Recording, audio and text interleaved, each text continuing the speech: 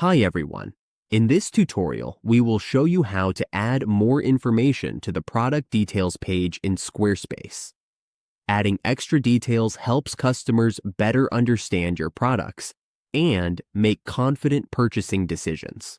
Let's get started. First, we open our browser. Once the browser is open, we log into our account. After logging in, we go to Squarespace. From there, we open our account dashboard. Click on the account dashboard. Once we are on the dashboard, we select our website or click Go to Website. If we want to add details to a specific product page, we go to our website and then to the page. As you can see here, we are on this page. For example, if we want to add more details to this page about the core service, we just click Edit. Now we go to Manage Items. Click on the item we want to update. Just click the item, for example, this one, and then pick Edit again. Once we have this section open, we can edit it.